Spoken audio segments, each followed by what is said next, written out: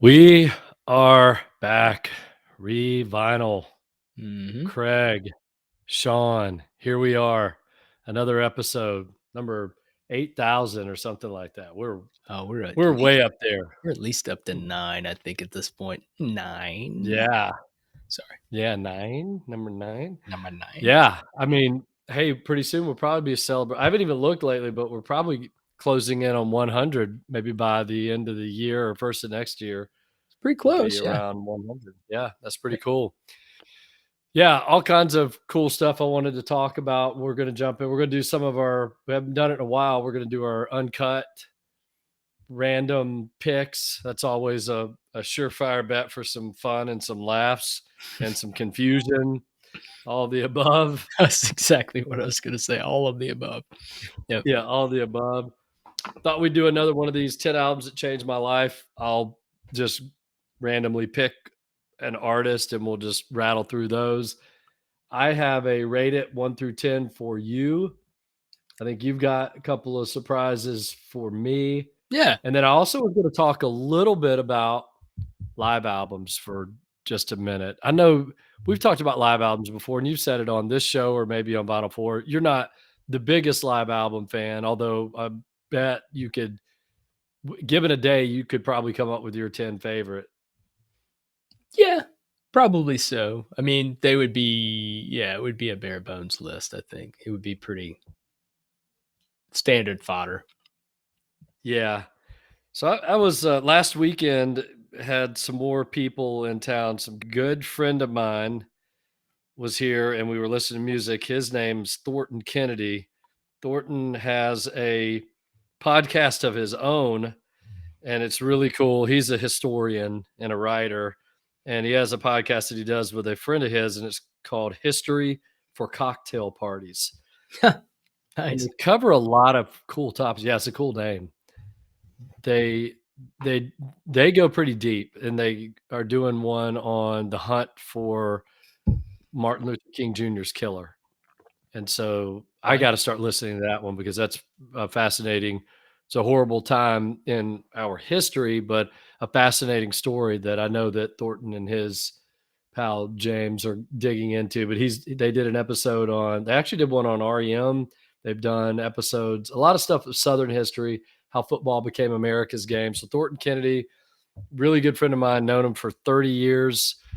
And he was here last weekend and he came down to the album room, the record room, and we just started spinning vinyl. We went out to eat, had some beers down here, and I started playing him some stuff. And one of the things I played him was the Van Morrison live record, It's Too Late to Stop Now, because I love Van Morrison's version of Caravan. The live version to me on that album is just amazing.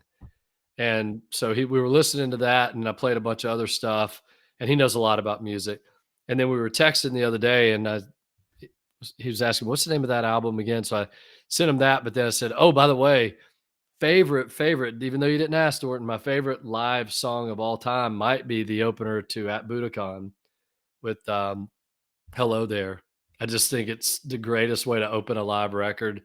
So they got me thinking about live albums. So I have a list of my top 10 live records.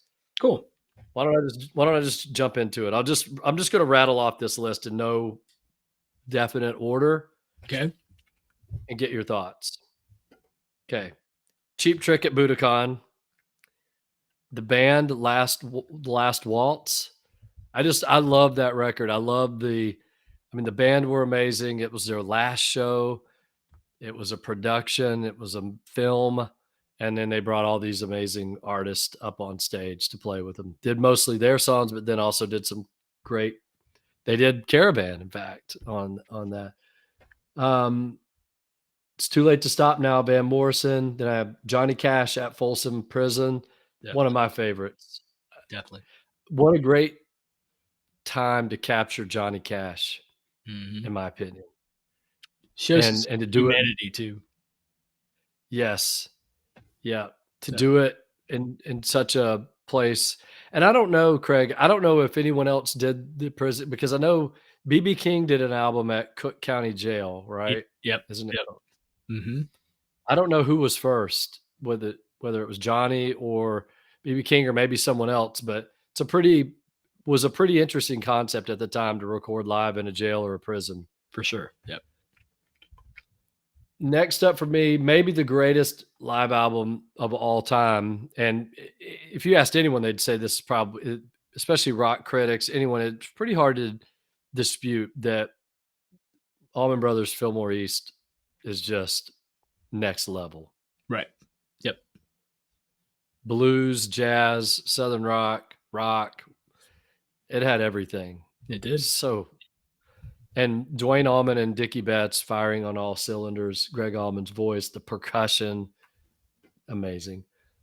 Grateful Dead, Skull and Roses. There's so many Grateful Dead live albums out there. I don't love all the recordings I hear from Grateful Dead, but that one was my introduction to, that was actually, other than Truckin' and Casey Jones and Touch of Grey songs, my real introduction to the Grateful Dead was that Skull and Roses album with Bertha and Mama Tried. Just fantastic recording. And they don't get too, it's not like there's a 40-minute solo on that record. It's just, right. They kind of get after it. Next up for me, Kiss Alive 2. That was my entry point into rock and roll when I was a kid. Nice.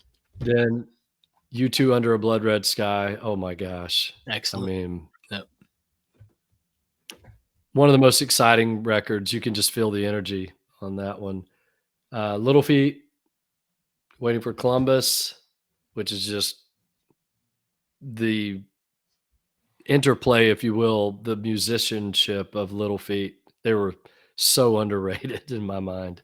Yeah. More people need to know about Little Feat. Last, Oasis, Familiar to Millions. The great live album, for sure. Probably the last favorite. Well, okay, I left one on the list. The Jimmy Page, Black Crowes Live at the Greek. I should have put that. That would round out my list, actually. But those are the last two great live albums, in my opinion. The Oasis from 2000 and whatever year that Jimmy Page, Black Crowes. Yeah. So I just kind of threw that together just 5 minutes ago before we jumped on here. You have any favorites in? Yeah, I wish I was more in tune. I mean, if I was there's several live performances that I've been a part of, that Trash Can Sinatra's being one of them. There was another live performance. I'm trying to think of what it was, where I was at that performance and it was pretty special. But as a whole, and there's some that are really good. I mean, there's a lot of great live jazz albums that are incredible. Yeah. The Village Vanguard from Joe Henderson, both the Village Volume 1 and Volume 2 are both just epic.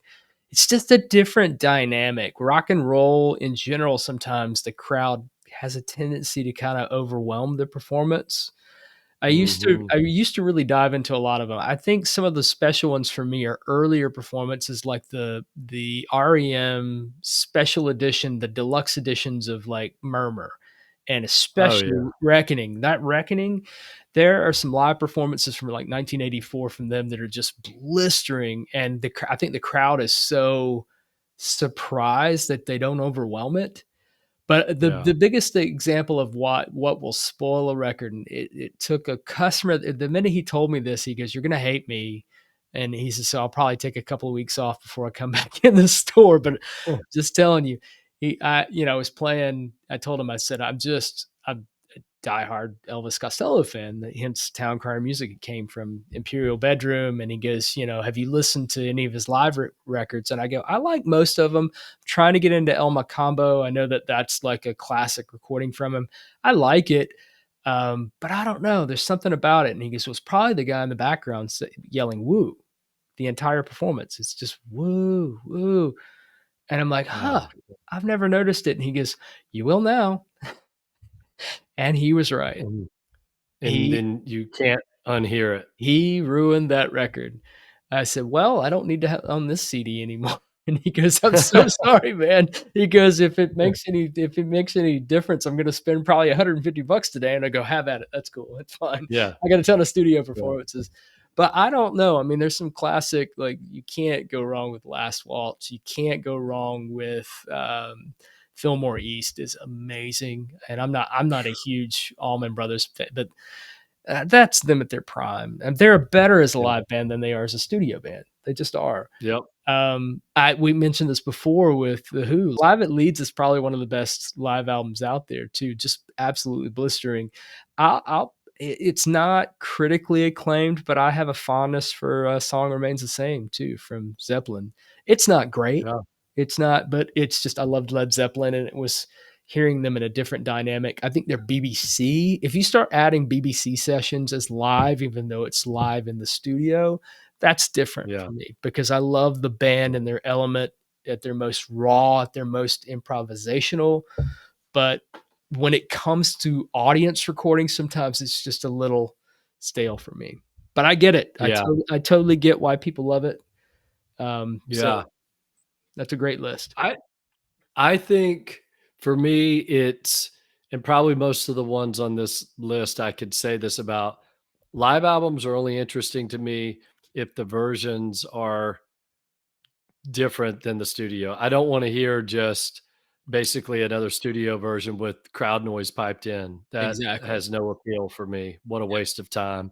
Right. And there were albums like that in the 70s. They did that little Absolutely. thing where they would and oh my gosh, but Fillmore for me, for Allman Brothers, and some of those uh, where you can tell it's just a completely different version where they go off in different directions. Because then you can really that's the thing I think I love about live albums is I feel like sometimes with the great bands and the great live albums that you heard the way they really wanted the song to be, Right. regardless of what the studio version was. Because in our minds, we always think of the studio version as being the definitive version of a song. But sometimes, and Allman Brothers being a perfect example, and the Grateful Dead, the real definitive version was the live recording when they Well, like really you could said with stretch out. Cheap Trick too. I mean, come on. Yeah, I mean, they're we can hear Surrender, we can hear whatever from there. They have probably 3 or 4 recordings that it's just not the same on album as it is uh, live. So I'll admit I go back to jazz too, and I think that's why it's built more for live. The cool thing about jazz is it's built to improvise, and that's what live performances to me are for. You don't want to completely deviate to where it doesn't sound like the regular song, but improvising, there's something to it, and that's jazz is built off that. And it's amazing how you think, well, this is the signature version of it, but depending on their mood, they may create a completely different ambiance, and all of a sudden, what you thought was the quintessential version has now morphed yeah, into like I don't know, it's 1A and 1B. So I like I said, I totally get it.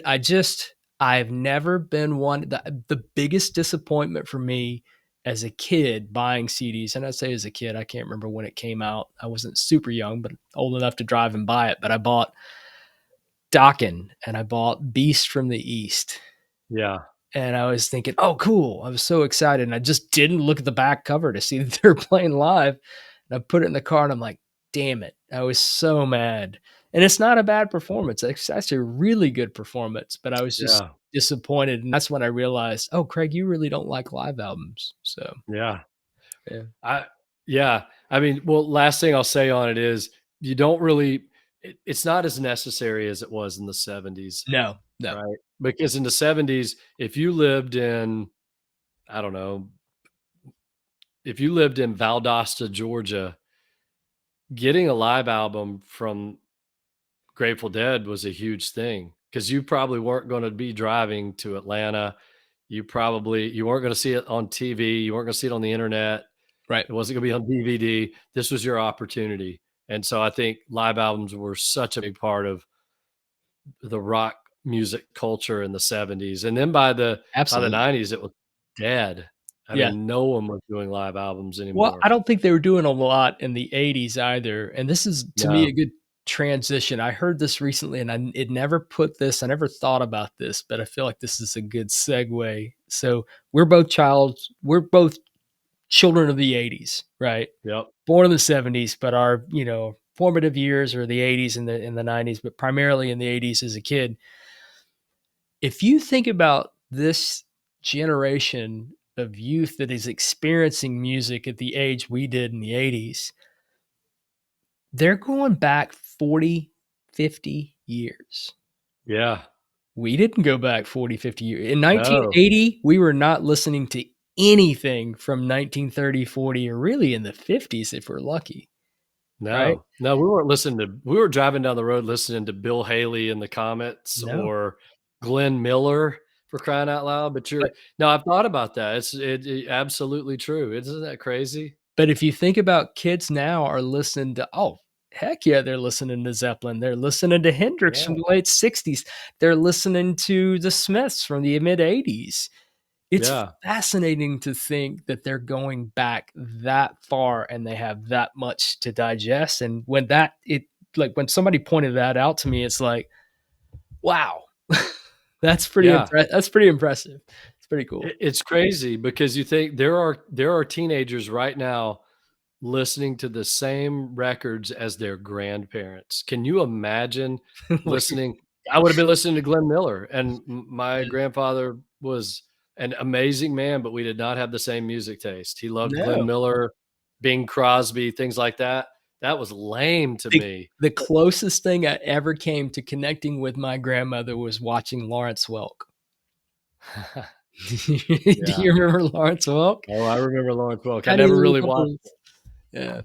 I was a Hee Haw fan growing up. I was a big Buck Owens guy. Yeah, that's fascinating. Well, I have a rate at 1 to 10. You want me to jump in and just put you on the hot seat? Sweet, let's do it. All right. There's a theme here. Cool. See if you recognize the theme. All right, here we go. Get ready for the hot seat. 1 to 10. Into Club by 50 Cent. Hmm. You know, when it came out, that was a jam. Woo! I'm gonna give that a solid 8, man. That's still a That banger. that was a club banger, and I Still a banger. still listen to it sometimes. It's still on my workout playlist, I and if remember it when it comes on, Yep. I remember when it came out, we were playing that in the car, and both my wife and I are like, "This is not really us, but it's kind of us right now." it is. I mean, it was the jam of the time. I mean, it just amazing. All right. The band 10,000 Maniacs. Love 10,000 Maniacs. They played, but it wasn't the original lineup. I was so bummed out when Natalie Merchant wasn't a part of it, but they played in Ooh, Marietta. I know. 10,000 Maniacs, I'm giving a 9. But you know what? I love them more now than I did in their peak. I I was do. a really, really big fan back in the 90s.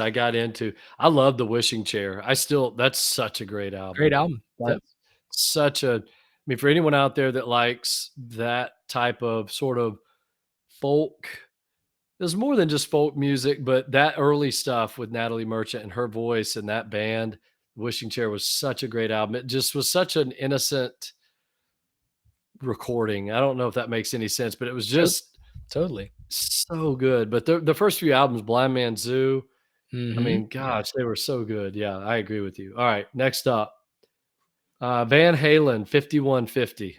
Love that album. I'm sorry. I like the earlier Van Hagar, if you want to call it albums. I don't know why they call it Van Hagar. Van Halen was still there was David Lee Yeah. Roth and left. I get it though. I totally get it. I loved OU812. I loved 5150. I don't like it as much as the heyday Dave stuff, but I'm gonna give it an 8. All right. That was my first concert was 5150. I was a huge David Lee Roth fan. I kind of went with my arms folded like, you good boys, you're going to have to impress me tonight with this. I mean, and I was a Sammy Hagar fan, but it just felt wrong to even be there. Felt like I was being, unfaithful for Right. going to the Van Halen show with Sammy Hagar. They came out with "There's Only One Way to Rock." That's what they opened with, Nice. and Yeah. halfway through the song, the whole arena was on their feet going crazy. Yep. Sammy Hagar was so good live. They Yep. were amazing. Yeah, I love I 5150. saw him for the For Unlawful Carnal Knowledge tour, and Alice in Chains opened up, and it was both bands were amazing. Yep. Oh my gosh. All right. Next up, Matchbox 20, 3 a.m. I was never a huge fan. I can appreciate it more now than I hated it when it first came out. There's something about him that I just didn't like, and now over time I've come to like Rob Thomas. So based off of a little time, I'm gonna give it a 6. Okay. That's one of my favorite songs of the 90s, actually. I don't know. I love that song. All right. The band 10cc. I like some 10cc. I don't know a lot about them other than what was played on the radio, but what's played on the radio now on some of the soft rock and yacht rock and I like it. So I'm gonna 7. All right. Yeah, I've been through some 10cc phases, and I, you start diving in songs like Wall Street Shuffle and Donna, and they were kind of they could write great pop songs if they just wanted to if they just wanted to be a Beatles type band, they could have easily been a Beatles band with Yep. the talent they had for writing songs, but they always wanted to get weird, and most of their songs got weird, and I loved it. Yeah. It's just, yeah. All right, do you see the theme yet, by the way? I haven't really paid attention. Sorry. Okay, so I'll give you another one here. Let's see if you pick up on the theme. All right, Pretenders, 2,000 Miles. Love it.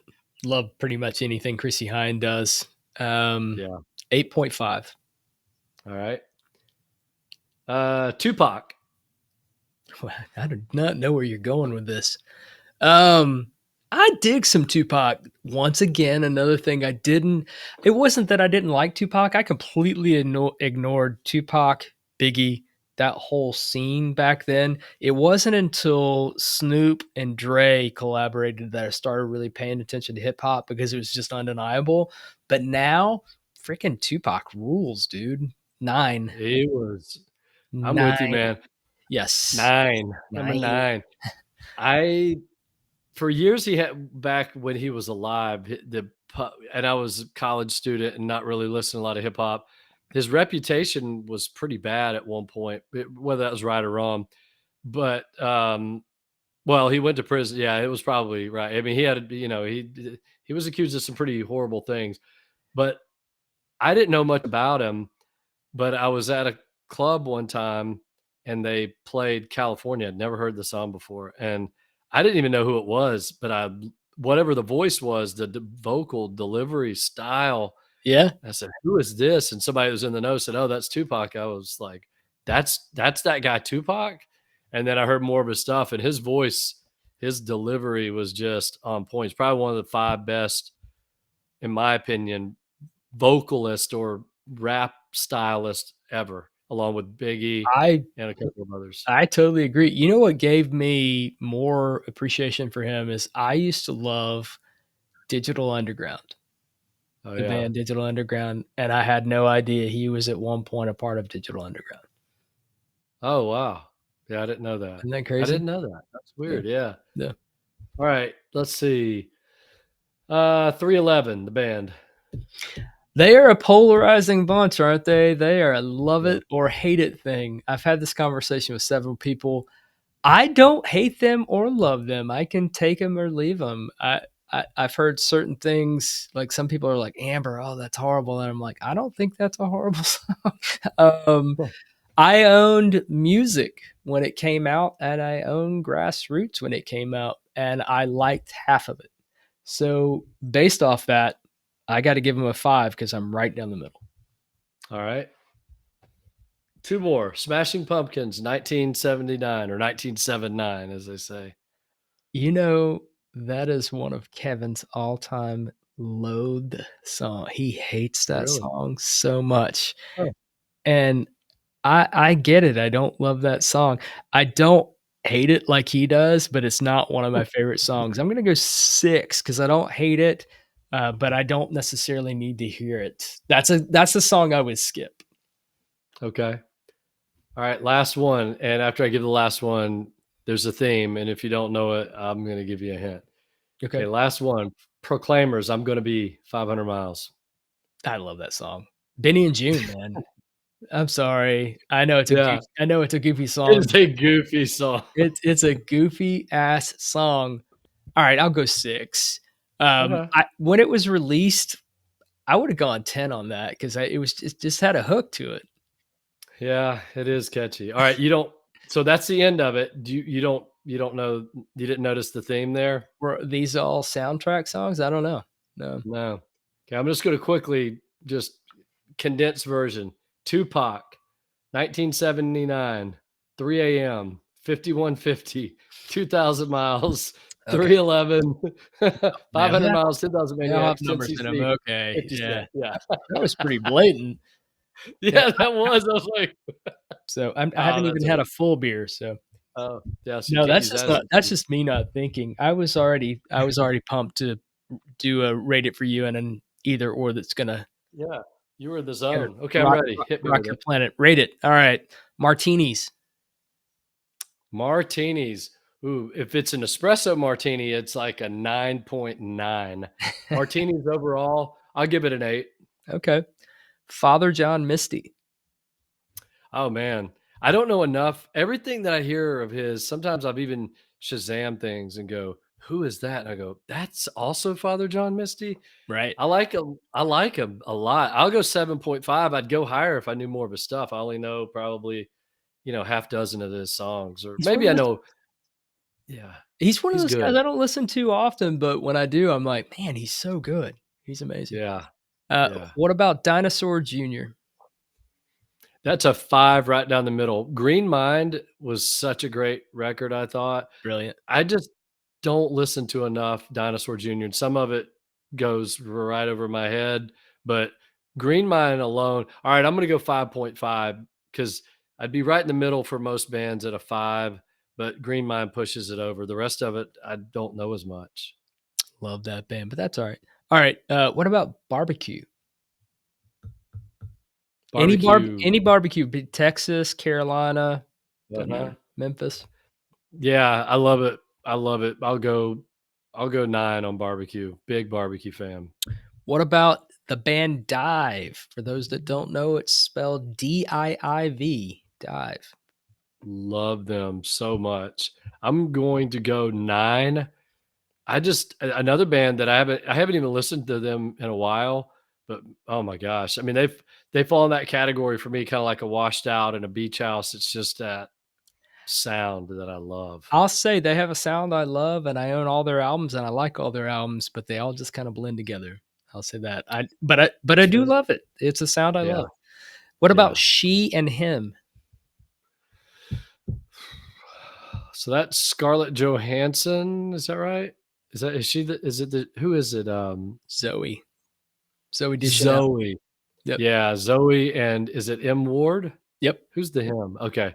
Yeah. I remember when they came out, I really liked them. Haven't listened to them in a long time. I'd go 6.5 because they that's a cool combo. Listen to their Christmas albums, they're great, fantastic, and if they Okay. come on tour and they play their Christmas stuff, go, it's a blast. Okay. What about antique stores?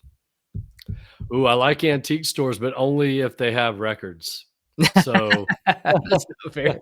yeah, if an antique store in general would be a 5 for me. If they Yeah, have good records, it's a 10. And there I you just go. went to an antique expo, and they had a huge section of vendors with records, and my whole family was looking at antique furniture, and I was at the records the whole That would time. be me. That would definitely be Yeah, me. I like an antique store, man. There's a lot just so much stuff to peruse through. So much stuff you yeah, didn't think you wanted, but you wanted. What right. about Grant Lee Buffalo? Grant Lee Buffalo, I just don't have enough familiarity. I like their sound, but I'll go 6.5 on them. Oh my god, I need you've got to listen to Fuzzy and Mighty Joe Moon. Those 2 albums are epically good. I mean, they are you to a T. okay. I It's almost been I've I actually almost wanna listened. tell you to go listen to that album right one of those albums right now. Well, let's pause the show. I'll be back in 30 minutes. Yeah. No, I have listened to both of those albums, but honestly, I just forgot about them. I will go back and listen. I did like them, so I will go back and listen to both of those records. One of my favorite artists and bands of that era, So good. And I Yeah. like what Grant's doing now. Grant Lee Phillips is putting out some good solo work too. All right. We're going to go specific album here. What about Trouble from Ray LaMontagne? Oh my gosh, what a great voice, a great album. I love that sound because it harkened back to me to the 70s Van Morrison stuff and the Jackson Brown, Yep. but his voice was just even another level beyond that. I'm gonna go 9. I'd go 10 on that. I gotta say, he never recaptured that album. Ethan Johns produced that too, which is Glenn Johns' Mm. son. Amazing. All right, last one. We started with martinis. We're gonna go a little bit more local for you. What about Creature Comforts Brewing? I never get over there. I'm gonna go lower than what you did, but if I'm just being fair and true, it's a 7.5 for me. I just never go over there. I'm not as much of a brewery guy as you are. I am more of a martini guy, as we I found out on the first one. I love my mixed cocktails. I love my whiskey, but there's nothing better than a brewery, man. There's just music. We're Yeah. all getting together. We're all, you know, it's the perfect hangout. I love it. All right, so I I got yeah, some. I'll take that back. I'm gonna give it an 8.5 because I forgot every time I go there, I do end up having an amazing time, and I Yeah, forgot about the music in there. So I'm gonna go 8.5, but I need to go over there more. It's such a great great, atmosphere over there. great So yeah, atmosphere, great 8.5. hang. They got a great outdoor area, cool spot. Yeah. Great All beer, right. great beer. All right, either or, and we're switching things up. It's going to change every round, so we're not carrying it over. All right, Okay. option one: Ryan Adams' Heartbreaker or Coldplay Parachutes. Ryan Adams' Heartbreaker. Okay. Love that album. I love that album. All right, I've got a theme here too. We'll see if you catch it. Pernice Brothers, The World Won't End, or Travis, The Invisible Band. Oh my gosh. I mean, those both would probably be close to a 10 if I was rating them. I'm gonna go Travis. That album just meant so much to me at the time. I probably listen to Pernice Brothers more Right. nowadays, but that Travis record, man, really, really was a very meaningful record at the time when it came out. So, The first two Travis albums, guys, I'm telling mm, you, The Man Who, Invisible Band, they're both classics. All right, classic. Beck, Sea Change or Interpol, Turn on the Bright Lights. Interpol, Turn on the Bright Lights. Okay. What an unbelievable. I surprised you there, didn't I? I, Did I surprise you? a little bit. I don't know how. I wasn't sure what you thought about Sea Change. That's a monumental Yeah. album, but different. Yeah. Yeah. Interpol, man, I used to listen to that record all the time, and I'll tell you why. Because I the car that I had about 15, 17 years ago, at one point in time, it was a Toyota Avalon, and the CD player, the radio was stuck. I couldn't get it switched over to radio. It was stuck on CD. The Yeah. button wasn't working, and the Interpol CD was in there. And it's the only thing I could listen to. I literally for 2 or 3 months was just that Interpol CD every day. And you It and you still love it. I still love it. That's a So mark great. that's the mark of a brilliant album. That album Yeah. is phenomenal. I would go that same The route, even though I do love Sea Change. All the right. funny thing is, I'll say this really fast. The funny thing is, at some point, I was able to get that CD out, but I couldn't switch back to radio, and I put another CD in, and then I couldn't get it out, and it was that Smith Westerns record, Oh, Diet yeah. Blonde. Yeah. Dude, An what a great album. another So great then I album. listened to it for about a month straight, every Yeah. day. Yeah, I wish they would have kept going in that arena. They kinda fell Me off the too. face of the planet, didn't they? Okay, next up, My Morning Jacket, It Still Moves, or The Strokes, Room on Fire. It is not even close for Yeah, My me. Morning It's Jacket. My Morning I Jacket, It know. Still Moves. Monumental. Oh my gosh. I was just listening to it 2 nights ago. The song Golden. Yep. Oh my gosh. Where are you gonna go? You're gonna go It Still Moves or you're going Z? I'm man, I love Z so much, and my favorite song ever by My Morning Jacket is Lay Low. Yeah. Not even close.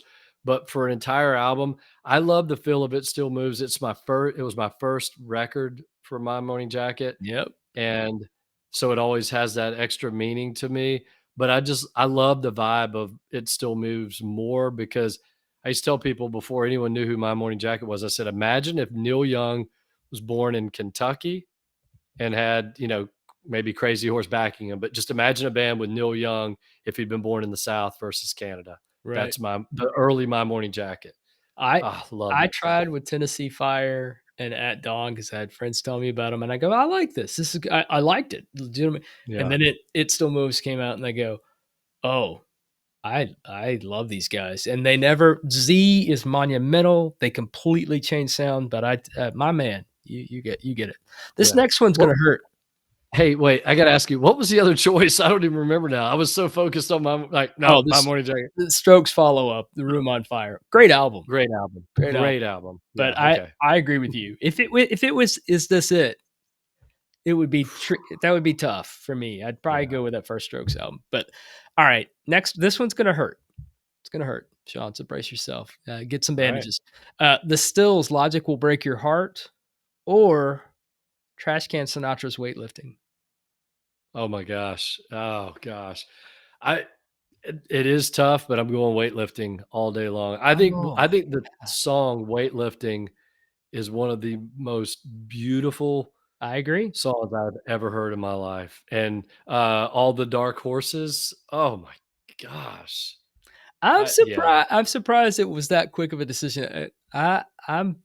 I think Weightlifting is like maybe my third favorite Trash Can Sinatra's album, so it would be no contest for me. I would definitely go Stills, but I appreciate you've always said Weightlifting, and I agree. I think Mhm. Weightlifting might be their best song they've ever written. But I think album wise, I'm not sure it's up there with some of their earlier stuff. But I do love it. I Yeah, do love it. I yeah. mean, The Logic I still think it's a 4.5, but Logic Will Break Your Heart. That is one of the absolute best records of the last 30 years. It's amazing. Okay, the next one, there's a little symmetry here. I think I know which direction you're going, but they're in the same arena. That's Block Party, Silent Alarm, or Maximo Park's A Certain Trigger. Oh, man, and I love both of those. Oh, I'm gonna go Block Party. Yep. I was a huge Block Party. I went through a phase where I used to ride a bike and, I would put that on. I would just get on my bike and ride a couple miles, and Block Party was my soundtrack for a long time. It's just so up tempo that, the sound that they got on. And honestly, I really didn't listen to much of their stuff after that, but that It album is crazy good. Maximo Park, though, right in that same league, not far behind. That's a that tough choice. A Certain Trigger is great, but it really is, and neither band was able to me capture the energy that they had off that debut album. Block Party, it's like it was like eating glass or like breaking glass or whatever. Ooh, That song, when I heard that, I remember being at my friend Dylan's house, and we are both like, "This drummer is insane."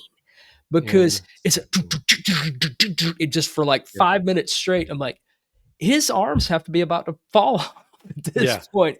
He's hitting the tom so hard. He's hitting every single snare head, every single drum head at full intensity for about 4.5 minutes. It's insane. Oh, I That album is was such a revelation to me. And then the follow-up was good, but good just wasn't good enough for an album that was a classic. And no. Maximo Park never came close. To me, people know Block Party. If you do not know Maximo Park, just listen to A Certain Trigger. It is fun. It is post punk. It's kitschy. It's kind of Brit pop meets indie rock meets post punk. It's so good. All right, anyway, So good. If you listen to Maximo Park, there's no doubt after 60 seconds you would know, okay, these guys are from England. I mean, no question absolutely. about it. I mean, it's very European, it's very British. The other band that I put in that category, I know we got to move on.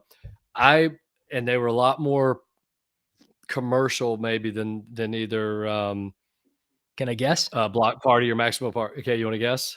Kaiser Chiefs? No, actually they were great too. Bravery. I Yeah, loved that first album. yeah, Oh my it's a gosh. great album. And that reminds me, those all 3 of those that kinda were at the same time, had that same sort of, like you said, that post-punk sound. I was a big Honest Mistake. Oh my gosh, what a song. And Stop, Great. Drop, and Roll. I don't know how well that album has aged, but at the time, that Bravery, that first record was great. I'm listening to Block Party tonight, by the way. I really am. When we finish up, I'm gonna go to the gym. I'm gonna put on Block Party. I'm not kidding. It's so That's good. Yeah. yes. I mean, seriously, that will amp you up as much as any metal album ever. It's Yep. great. All right, so the rest of these I think are a little bit dicey. We'll see. The Rockin' Tours, Broken Boy Soldiers, or Spoon, Gimme Fiction. Oh, gimme Fiction all day long. I Thank you, love Spoon. thank you, sir. Spoon rules. Yes. Spoon in this entire block was just brilliant. All right, this one might be tough for you. We'll see. Bell Hollow, Foxgloves, or Mark Knopfler, Kill to Get Crimson. Oh, man. Well, Kill to Get Crimson, which is we talked about previously, is probably my favorite Mark Knopfler solo record, and it's probably under any normal circumstance would be better than Bell Hollow, but that Bell Hollow album, and You Turn Me On to It, is an amazing record. I mean, that is I can't even believe they probably sold 500 copies of that record. They did, if they're And lucky. you and I both love it so much. It's such a great record. I hope it's still on Apple Music. People need to know about Bell Hollow. I mean, they I they're keep they're unknown. I keep waiting for that's one of those things that the same thing with Logic Will Break Your Heart from the Stills. I want them to reissue that on vinyl. It's on vinyl. Bell Hollow was never issued on vinyl. And it never will, unfortunately, because I don't think anybody really knew who they were. But that was a band that encapsulated the whole 80s dream pop. It's dream pop, it's post punk, it's catchy, it's well produced, but it's aged at the same token. They straddle the line Yeah. really well. That's what struck me about them, and they were just great songs. So I I love that song, Our Water Burden yes, is just when I heard it, I was like, "Oh my gosh, this song is one of the greatest songs I've ever heard." I love it so much. Yes. nice. I'm so glad that you're still enjoying it. Thanks. Yeah, thanks to you. Okay, the next one we'll see. Oasis, "Dig Out Your Soul," the last official studio album from Oasis, or TV on the Radio, "Dear Science." I'm actually gonna go TV on the radio. I haven't listened to them in years, but I used to listen to that. That was one of those airport records for me. I don't know why, but Yeah, I'd be at the airport, like, walking through, I'd put that on, and that album was killer. yeah. Man, those guys can The first play. 3 TV on the radio albums are just undeniable. Like, Return to Cookie Mountain is Yeah, it's amazing. Dear Science is where that's probably my favorite. they hit their peak because they straddle the lines between indie and, like, this is prime for radio. I love Yeah. them. All right, last one. This one's kind of it's a toss-up.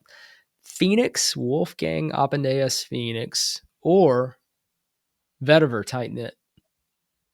Oh, Vetiver Tight Knit, not even close. I mean, not Thank even you. I oh. I don't love that Phoenix record. I like the album before it better. I really do. There aren't many records of all those 20 that you just gave me, and they're all almost every one of those are all-time favorites for me. Vetiver would be way up towards the top. I love their sound. I got to see them a couple years ago at Vinyl, Yep. which is that little room next door to Center Stage in Atlanta. There were probably 100 people there. It was the same place we saw Sloan, Yep. and they were unreal. I mean, He's in, Vetiver is so underrated. That guy, whatever his name, can't think he's of his name right incredible. now. Sadly I couldn't tell you. I don't know if I've told you. I've told this to Kevin several times. There are albums, there are artists that I listen to on the beach in the evening before sunset. Before sunset. So reggae's turned off and I'm listening to photo ops, I'm listening to real estate, and I am listening to Vetiver. And to me, from Tight Knit to Errant Charm to Complete Strangers to Up on High, those 4 albums for me are gold. pure gold. He's to me, Vetiver's one of my favorite artists, and this is past his because before he was kind of considered freak folk. I Yep. didn't like the earlier stuff nearly as the tight knit is where it started. When I heard tight knit, I go, "Oh, this is freak folk," and they're like, "Oh no, he's gone soft," and I'm like, "Well, I like the fact that he's gone soft." Yeah. Yeah. It works for him. I will tell anyone who's never heard of Vetiver, there's this one song that it's one of those songs where you just go, I know if people listen to this song, they'll be hooked and they'll give them more of a chance. Is a song Every Day. It's Oh, just it should be in it should be in a commercial, it should be in movies, and it just keeps building. It just starts off with just what like I don't know if that's a ukulele maybe in the beginning, and yep. it just keeps adding instruments, and it's almost Pet Sounds esque, and it at the end when it's just the layers of the vocals harmonizing. I mean, it's an emotional. That song just gets me every time. I love that For song, so that me, got me hooked. it was Errant Charm, and it's "Can't You Tell," the third song off of Aaron Mm. Charm. It's almost like a keyboard organ. Dun, dun, dun, dun, dun, dun, dun, dun, Oh dun, yeah, dun, and he just all of a sudden the guitar starts strumming in, the drums come in, and his voice is just butter. When you can keep somebody that's not as into music as us, and they can look and just go, "Yes, yep. you're onto something." I agree completely. Ah, those are good, man. Man, you got me a lot to think about that I need to go play. Nice. Oh, you Awesome. know what I did with those, by the way? I went album No. for album from 2000 to 2009. So it's a progression from 2009 to Oh, yeah. Okay, nice. All right. I love it. Okay, I am going to quickly move. We're going to do uncut. We'll wrap up with uncut, but I'm going to do another sweet. one of these. I'm fascinated by this book. These are great. These are awesome. Yeah, 10 albums that changed my life. Today we are going with Greg Kihn. I loved Greg Oh, Kihn. yeah, for sure. The breakup song, I mean, Jeopardy. All Love it. right, so here are the 10 albums that changed his life. Bob Dylan, The Free Will and Bob Dylan. Oh, okay. Rolling Interesting. Stones. Yeah, I know. Rolling Stones, Out of Our Heads. And then Oh, we've okay. got Jimi Hendrix Experience, Are You Experienced? I feel like everyone has That's that in their top 10. that's at least the second time we've heard that. Yeah. Beatles, Sergeant Pepper's Lonely Hearts Club Band. No big stretch there. Yep. Thi this one surprises me a little bit. Sex Pistols, Never Mind the Bullocks. I mean, Really? yeah, for Greg Okay. Kihn, that I wouldn't have guessed that. Yeah. This is cool. Um, The Wailers, Burning. I mean, Oh, that's heck love yeah. that. Big Okay, fan. Van Morrison, Astral Weeks. Nice. This is the one that definitely does not surprise me for Greg Kihn is The Who, Who's Next? That's, like, Oh, for sure. right up his alley, you could just tell. Okay, last 2. This is a funny one because I know this guy's name, but I know none of his songs. Dave Van Ronk, folk singer. I don't even know the name. I'll be honest. He's one of those early '60s pre-Bob Dylan folk singer type.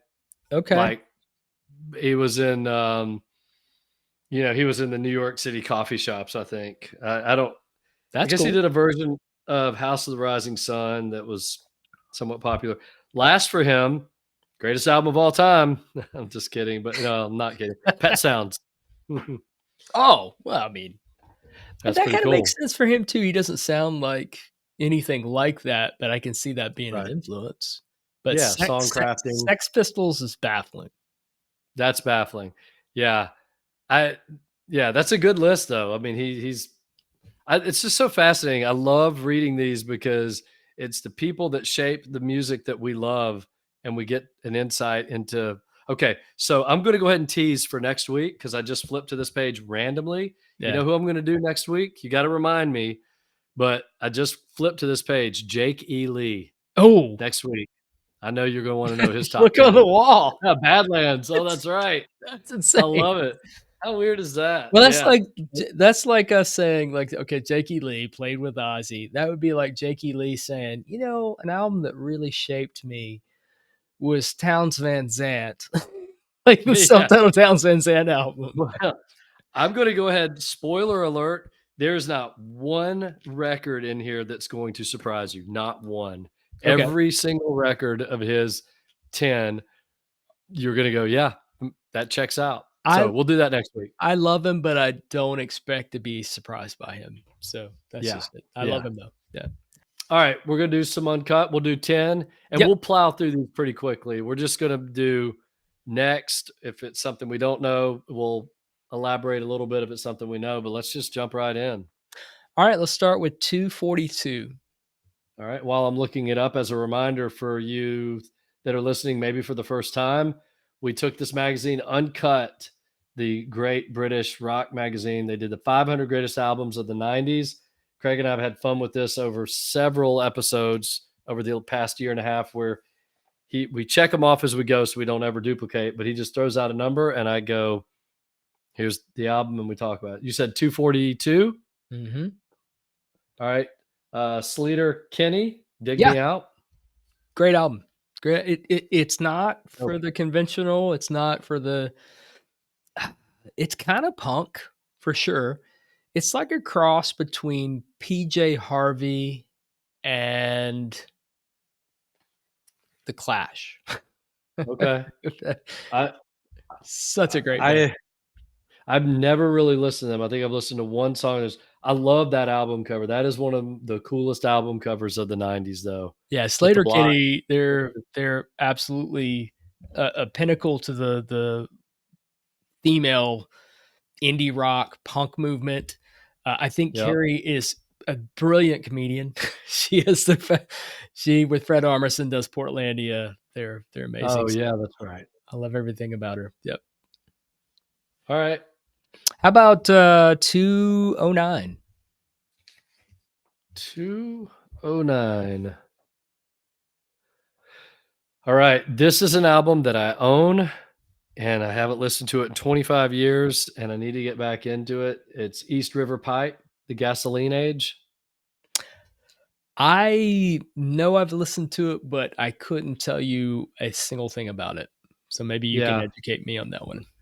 I can't actually, Craig. I can't educate you at all on this. Because I don't remember anything about it. I know that when it came out, critics lost their minds over it. Right. And just so everyone knows, the band is called East River Pipe. It's actually a dude. I think that's just the name that he goes under. Right. But there was nothing about that record that immediately captured me. That much I know. I listened to it. I tried. And then I moved on because there was so much other good stuff. Probably Block Party and Maximo Park around the same time, and it just For didn't sure. capture me. So Right. I'll give it another shot. Yeah. All right. What about, all right, let's move down to 199. Ooh, this album's so good that even I think this was referenced in the intro to a Ryan Adams song on Heartbreaker when they're arguing over the best Morrissey record, if it's Viva Hate or this is Bona Drag. Is this? I know they're talking about Viva Hate. I feel like somebody said Bona Go to Drag also, drag but for sure. great record. It is. Yeah, I But love early Morrissey. I do too. I mean, Viva Hate for me, and I don't know, Your Arsenal. That's my favorite. Viva Hate is Ooh, brilliant, but I love Your Arsenal. That's personally my yeah, favorite. But I felt like Bona Drag was like a compilation record. It was like I honestly don't know. I own it. I could be wrong. I would have to look it up to see where what the yeah, lineage is there. it But is. It says compiling singles and B-sides from Viva Hate and et cetera, et cetera. Yeah, so you're spot on. okay, Yeah, I love early Morrissey. He lost me somewhere through the years. His yes, reputation not showing up to shows probably made that bigger for me. yep, I But his agree. early The Smiths and then early Morrissey, so good. All For right. all those albums, Viva Hate, Yep, Boner Drag, Your Arsenal, all three, absolutely mandatory yeah, listens. Okay, what about yep. 157? Ah, I just had the page and it fell back. 157. Oh, yeah. This is a guy, of course, he passed away. I don't know, it may have been 15 years ago. And I listened to this album a few times back in the day, Sparkle Horse, Good Morning Spider, Good because stuff.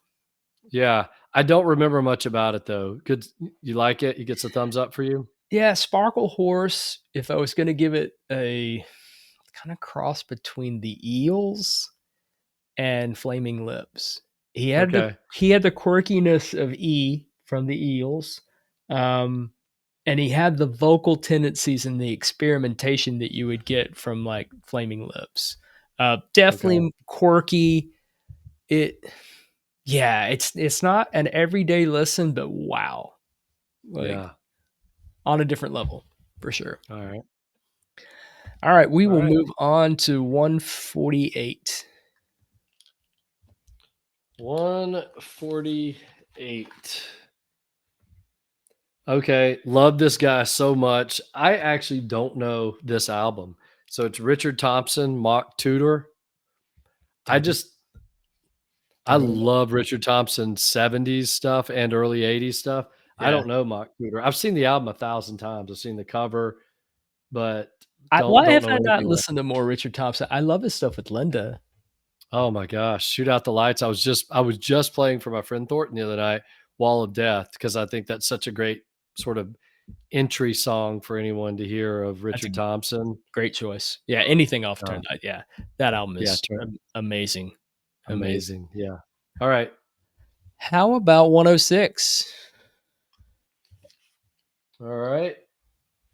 Well, this one you're gonna have more of an opinion on than me because you love this band. I'm still getting there, and that's Pavement. Wowie zowie. I love Wowie Just Zowie. But okay.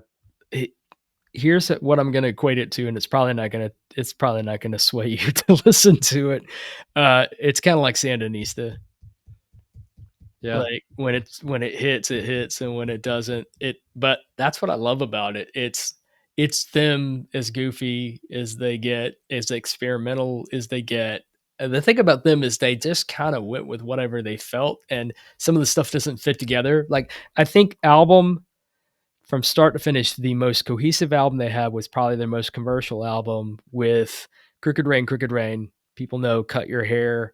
That album from start to finish, I felt like was them at least trying to piece together an album. And then the follow up, Wowie Zowie, was them going, okay, this is us doing us.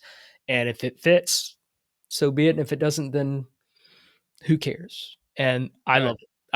I love that album. My favorite album from them is not that one. My favorite album would probably be, of course, I'm drawing a blank on it. It's the follow up. Slanted, No, slanted and I don't enchanted. like. I'm not a big slanted and enchanted guy. I'm really more of a Crooked Rain, Wowie Zowie, and then why am I drawing a blank on their fourth album?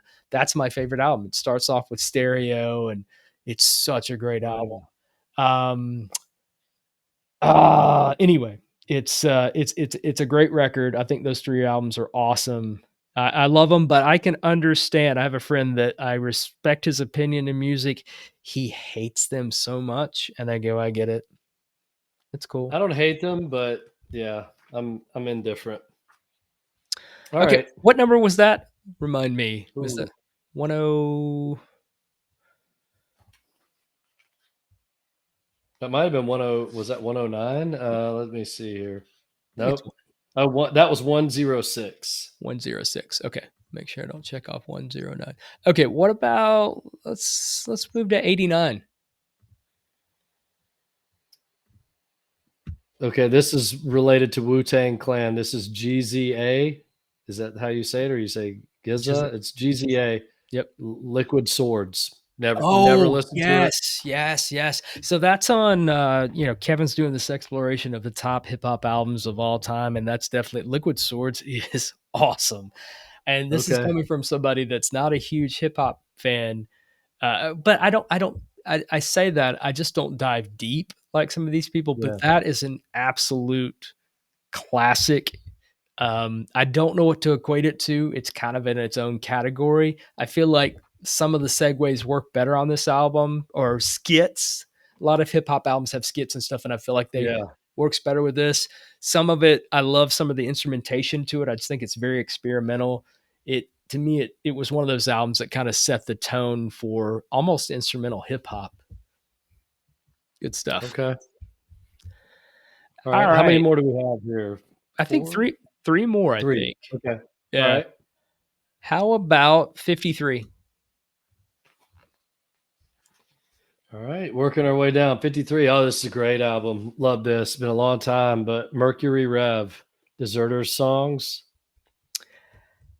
Can I tell you, You don't Shawn, love it? Shawn, I have tried with Mercury Yeah. Rev. Your self-esteem and deserter songs, and I feel the same way about them as I do spiritualized. Okay. God, Yeah. That's fair. I want to love both of those bands so much because, and I get it, and they should appeal to me, but they just leave me flat. They just do. Yeah. I've probably listened to Desert because I love that album cover is awesome. Love So that album great. cover. Yeah. I I've like listened. that album when it came out. Do you? I have listened to it probably half a dozen times, and every time I just walk away going, "Well, I wish I had that time back." I could have Sorry. listened to London Calling again. Right. All right. What about 48? 48. Oh, one of the greatest albums of the 90s. I mean, just set the tone for so much and set up his career. Beck Odelay. So good. What a such a great record, and really what a trend-setting record that we didn't even realize at the time Yep. just how that that album just set the tone for so much that came after it, that you could listen to dozens of records that came out after Odelay and go, yeah, that Beck opened the door for that sound. That sort of folky, but it also had a hip hop beat to it. He You was know, funk, he was hip hop, he was folk, he was rap, he was he he was was just he did everything. not he had literally no barriers, and I think that's what No, appealed to people was like, God, like, think about when you hear 2 turntables and a microphone, and you're just like, "Where is this coming?" Devil's Haircut, and yeah, that album's great.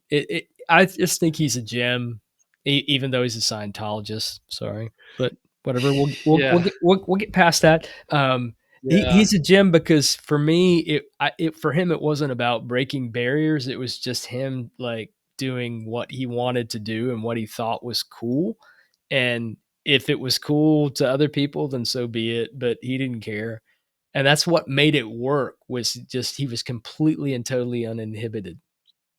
I agree. The other one that I always think of, and they're so different, but the Sublime reminds me kind of that they took it to another level of just more of a punk thing than Beck had, but Yeah. Sublime had that same sort of vibe. It felt like something you'd listen to on the beach in Southern California with a 40, just sitting on the beach chilling, I thought 40 because they had that album 40 Ounces to Freedom. I don't know Yeah. why.